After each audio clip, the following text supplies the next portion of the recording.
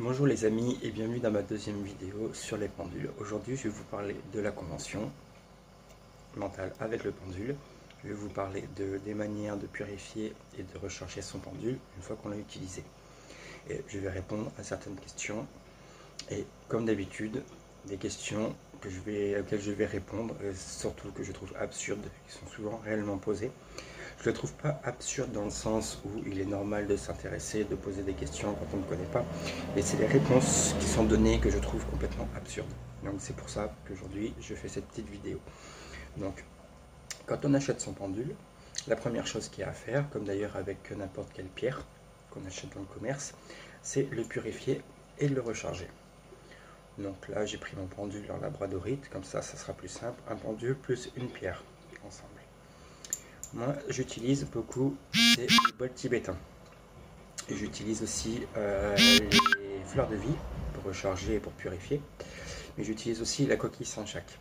Personnellement, dès l'instant que j'ai fini avec mon pendule, il va systématiquement dans la coquille Saint-Jacques avec le plat orienté au nord pour la circulation des énergies.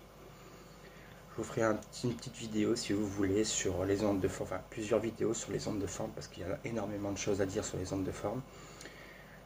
Les ondes de forme, c'est une fleur de vie, c'est une onde de forme. Une coquille Saint-Jacques, c'est une onde de forme. Enfin voilà, il y en a plein. Je ne sais pas si vous allez bien la voir. Bague Atlante, onde de forme. Voilà. Donc dès l'instant que notre pendule est rechargé, purifié et rechargé de toutes les énergies qu'il a pu accumuler lors de sa fabrication, de son transport, ou même quand les gens passent à côté, parce que dans la vitrine, même dans la vitrine, ils ne sont pas forcément protégés de toutes les énergies des gens. Donc une fois qu'il est nettoyé et rechargé, en fait, le premier travail qu'on a à faire avec lui, c'est de demander notre convention mentale. Donc pour ce faire, on va lui demander « donne-moi un oui ». Voilà, donc là, quand il oscille comme ça, c'est un oui. Maintenant, donne-moi un non. Voilà, là c'est un non.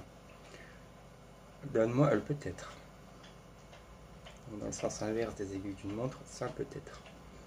Et je tombe très rarement dessus, je voudrais avoir la réponse nulle. Nul ne veut pas forcément dire que la question est nulle, hein, bien sûr. Nul, c'est par exemple parce que la question est mal posée. Une question avec double négation, la réponse sera nulle parce que le pendule ne peut pas répondre. Des fois, ça peut arriver aussi qu'on n'ait pas le droit d'avoir la réponse. Donc la réponse sera nulle. Enfin, le pendule dira nul. Donc là, voilà, c'est la convention. Hier, dans l'autre vidéo, que je vous ai parlé des pendules, par exemple, quand je dis ça, voilà, que ce soit un oui comme ça. Mais le problème, c'est qu'un oui comme ça, moi, ça ne me convient pas. Donc en fait, on prend son pendule, on le fait bouger et on dit ça, c'est un oui. C'est pas lui qui choisit, c'est ce que je vous expliquais hier, c'est nous. Nous sommes l'antenne, lui, c'est l'ustensile. Toutes les énergies, c'est nous qui les avons. Lui, on le charge quand on l'utilise. C'est pour ça qu'il faut le décharger après chaque utilisation. Alors hier je vous ai dit que ça pouvait être aussi intéressant lors de certains exercices. Pour par exemple trouver des cartes. Parce qu'il faut s'entraîner à l'utilisation du pendule. Poser des questions c'est bien, mais il y a d'autres choses qui peuvent être faites qui sont plus intéressantes. Donc là en fait j'ai pris 4 cartes. Il y a carreau, pique, as, cœur et trèfle. Ce qui viendrait à l'esprit de tout le monde pour trouver les cartes, c'est de demander est-ce que cette carte c'est trèfle? Est-ce que cette carte c'est pique? Est-ce que cette carte c'est carreau? Là en fait, est-ce que cette carte c'est cœur? J'ai un oui. Voilà. Donc là en fait on a posé 4 questions pour trouver une carte. Ça veut dire que pour trouver les 4 cartes, je vais poser 16 questions. Plus je vais poser de questions, plus ça va consommer d'énergie. Donc, moi, ce que je vous conseille de faire lors de ces exercices, par exemple, c'est de dire « ça, c'est un cœur ». À chaque fois qu'il y aura un cœur pour cet exercice, tu me feras ce signe. Là, c'est un trèfle. Donc, à chaque fois que dans l'exercice de cartes, le pendule fera ça, ça sera un trèfle.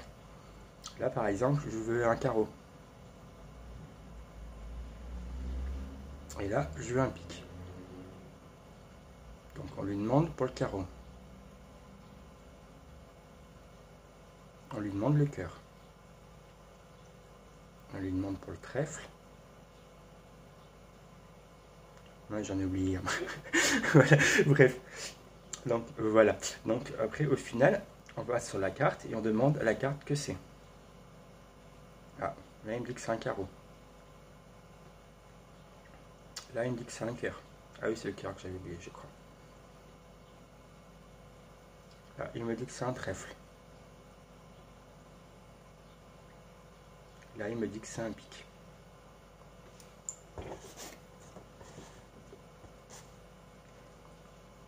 Le carreau. Le cœur. Le trèfle. Et le pic. Voilà comment arriver à trouver 4 cartes avec 4 questions. Contrairement à tout à l'heure où j'aurais posé oui, non. Là, j'ai eu mes 4 réponses très rapidement en changeant juste ma convention mentale avec le pendule pour cet exercice qui était là. Bien sûr, on peut adapter encore à d'autres situations. Après, c'est à vous, c'est votre convention mentale. C'est vous qui êtes aux commandes. C'est vous qui contrôlez, c'est pas lui. Donc voilà, là j'ai travaillé avec lui. Et donc tout à l'heure, j'irai le mettre dans sa coquille Saint-Jacques, où je m'amuserai avec à faire chanter mon bol tibétain pour le nettoyer et le recharger. Après, si vous n'avez pas de bol tibétain, vous pouvez très bien aller sur YouTube, chercher des chants, enfin des musiques avec des bols tibétains. Je vous en mettrai, même si vous voulez, en lien dans la description. Il n'y a aucun problème là-dessus. Moi, j'en utilise souvent. D'ailleurs, même pour recharger mes pierres. Comme ça, je peux mettre un chant enfin, je peux mettre des bols tibétains et je peux sortir. Et puis, mes pierres qui sont à côté de l'enceinte reçoivent les ondes et ça fonctionne. Donc là, je lui tant qu'on est là, est-ce que du coup, il repassera normal? Voilà, un oui. Convention pour le non. Le peut-être. Voilà. Donc le pendule est redevenu normal avec sa convention. Alors, les questions les questions qui sont régulièrement posées et où je trouve que les réponses sont vraiment absurdes, c'est les personnes qui vont demander, du coup, comme j'ai dit hier, à demander est-ce que tu veux travailler avec moi? Lui, ça reste un outil. Tout vient de nous. Nous sommes l'antenne, nous sommes l'énergie. Lui, c'est l'outil qu'on va utiliser pour transcrire le message. Donc, quand on pose la question est-ce que tu veux travailler avec nous? Logiquement, il devrait dire oui. S'il dit non, c'est que la personne n'est pas en forme, n'est pas prête à poser des questions ou à travailler avec. Donc, c'est plutôt la question qui devrait être posée, c'est est-ce que je suis dans de bonnes conditions pour avoir de bonnes réponses, pour travailler? Ça, c'est la première des questions. La deuxième des questions, ce qui revient souvent, c'est le pendule qui change de convention. Alors, s'il change en règle générale, si vous étiez un oui comme ça, et que le lendemain il fait ça, c'est qu'en règle générale, il n'a pas été purifié. Il n'a pas été rechargé. Après, vous pouvez le garder sur vous. Alors, par exemple, vous le rechargez, vous le purifiez, vous pouvez après le garder sur vous. Mais après, régulièrement, il faut toujours le purifier après un travail, parce que on peut, sans le vouloir, le charger d'énergie négative. Et même d'ailleurs, si vous le gardez en permanence sur vous, vous croisez quelqu'un dans la rue, il peut se charger des énergies négatives des gens. Parce que ce qu'il faut savoir, c'est que nous avons notre corps physique, mais nous avons 7 corps au final. Et c'est large. C'est d'ailleurs pour ça qu'en Inde, ils ne se serrent jamais la main. Ils sont toujours comme ça. Comme ça, il n'y a pas de contact. Et en fait, il n'y a pas diffusion des énergies. Parce qu'une serrer la main, en fait, on va prendre des énergies de la personne et on va donner des énergies en échange. Des mémoires aussi. Donc en fait, on évite cela. Donc pour moi, avant, oui, je faisais comme tout le monde, je gardais mon pendule toujours avec moi, parce que j'avais lu qu'il fallait le recharger avec ses énergies. Et aujourd'hui, non, pas du tout. Celui-là, je l'ai gardé un temps sur moi, avec ma chaîne en argent, mais parce que j'utilisais la labradorite en fait. Je l'utilisais pas comme pendule, j'utilisais la pierre, comme pierre. Après, le pendule, comme je vous ai dit hier, il faut qu'il vous attire. Donc, prenez quelque chose qui vous attire, avec lequel vous vous sentez à l'aise de travailler. Surtout ça. C'est vous qui choisissez, n'oubliez pas. Nous sommes des personnes extraordinaires, nous avons des capacités extraordinaires, mais il faut les faire travailler et les faire travailler de la bonne manière.